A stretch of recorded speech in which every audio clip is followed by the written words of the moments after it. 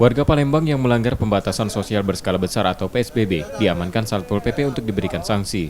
Warga diamankan ke pos utama pelanggaran PSBB setelah terjaring razia di 5 titik checkpoint. Sanksi pelanggar PSBB di hari pertama penerapan ini dengan membersihkan fasilitas umum, seperti membersihkan toilet dan sampah di jalan. Mereka juga diwajibkan memakai rompi saat melakukan kerja sosial itu.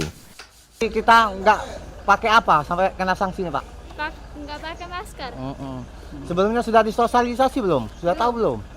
Kok belum tahu kan udah disosialisasi? Yang itu PSBB tuh, ya sudah tahu. Terus kenapa nggak pakai masker tadi? Lupa. Tadi disuruh Pak Wal PP apa tadi? Sanksinya?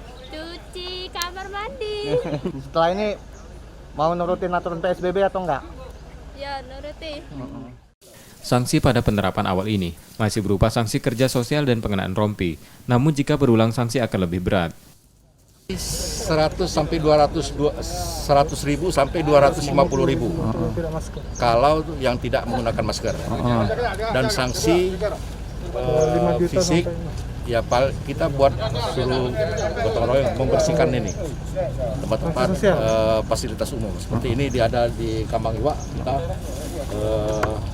seluruh bersihkan di sini. Ya, ini kan yang terkena sanksi kita harus menggunakan rompi karena salah satu efek jerah daripada masyarakat ini. Pak, ini bisa kena hukuman kurungan juga nggak Pak mereka nih Pak? Ya, hukumannya itu ada di karantina selama 1x24 jam.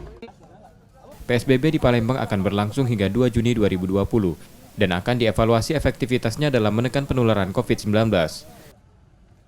Yudi Kiswanto, Kompas TV, Palembang.